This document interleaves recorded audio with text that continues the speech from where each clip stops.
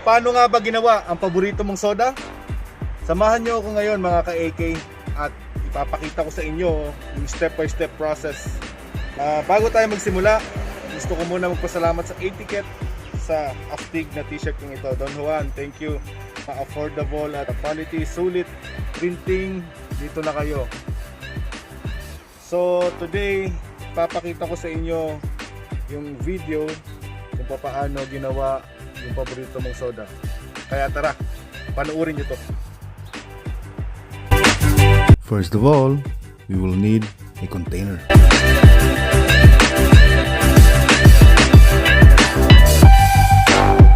Then, a quality personnel will check if it meets the standard parameters. Once the container meets the quality requirements, it is now ready for production.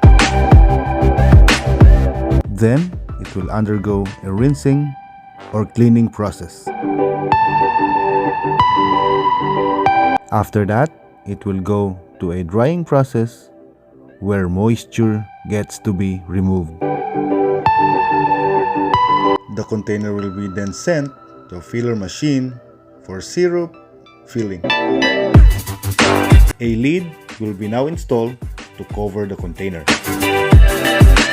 After that, it will go to a drying process where moisture gets to be removed.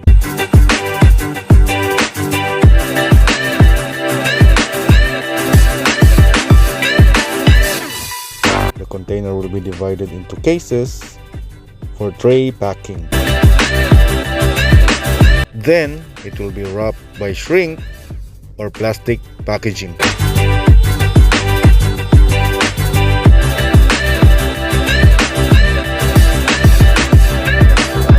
And now, we have a finished product.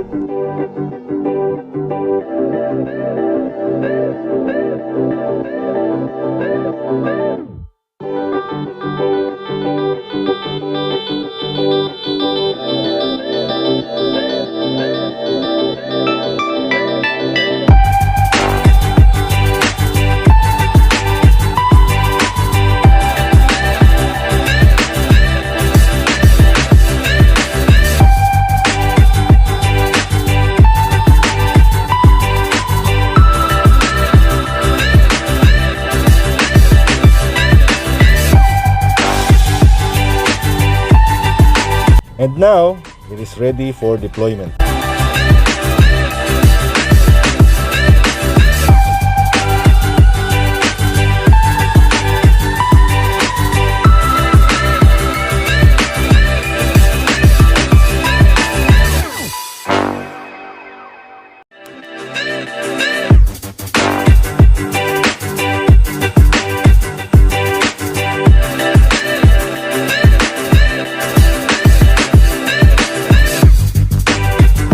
And there's your favorite soda.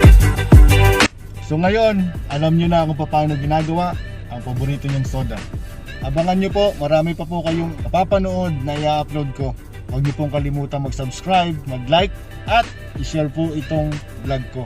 Salamat po, at ito po uli ang inyong all-around kaibigan Mark nagsasabing, stay safe and healthy.